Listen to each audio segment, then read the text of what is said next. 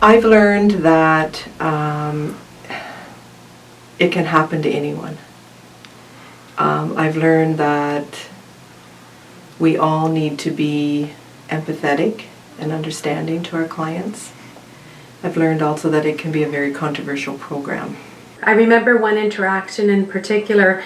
It was with a gentleman who had come in to access the exchange program, and I said I'd help. So as he walked in, I greeted him. I said hello. I asked him how his day was going. I listened to him, and we talked while we were doing the exchange. And he stopped me mid-sentence at some point and said, "Hey, you know, I just have to say I've heard a lot of good things about the program, but I just can't believe the way you're treating me." And it kind of caught me off guard, and I asked him about that, and he said, "Well, you're treating me like I'm a real person." He said, "You looked at me, you smiled at me, you asked me how I was doing, and you listened to me." And boy, that kind of got me just in the heart. I thought about him, and we talked some more, and we did the exchange, and as the exchange was over, I left, walking back to my office, and barely made it back. I had to close my door. You know, the biggest thing I've learned is that the people that are coming in are just like regular people off the street who are looking to have some help in one of the pieces of their lives, right? So I learned a couple of things. Number one, I actually always learn something new from the clients. They're really cool. We had somebody in the other day and they asked me if they could have a bunch of these little wooden sticks, and I'm like, only if you tell me what they're for, right? So, I mean, one of the things I actually like about the Needle Exchange is I learn stuff that I have no other way in the world of learning, right? And the clients are always really happy to share those stories and share their expertise. They come to us for several reasons, not just for the exchange. They come to us because they trust us. They open up to us. They're wanting to have a relationship with someone and connect with someone. And they are very heartwarming people if you get to know them. When I first started, I was intimidated. There's no question. I was intimidated at first because I didn't know how to act with what I thought were these people. Well, now they're not these people, they're just people.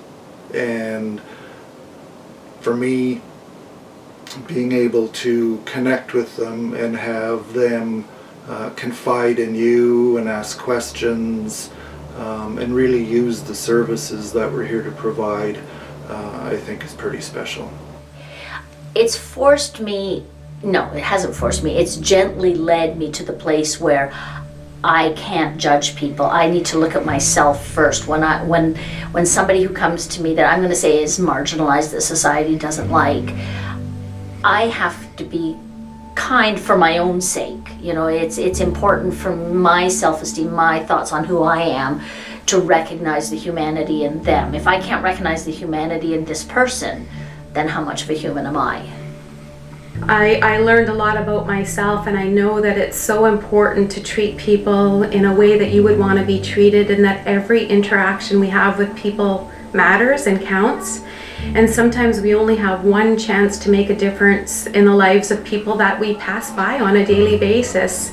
So it's important to see people and to meet them where they're at, and to be supportive and kind and be human. I like the fact that our health unit has become a stopping place for them. We've come a long way in the health unit in 28 years. Some of it is about what is their personal experience and what is it that we then maybe need to think about doing differently as an organization. Or even just, you know, what are the drugs that are currently in use in our area, and how do we need to respond to some of that?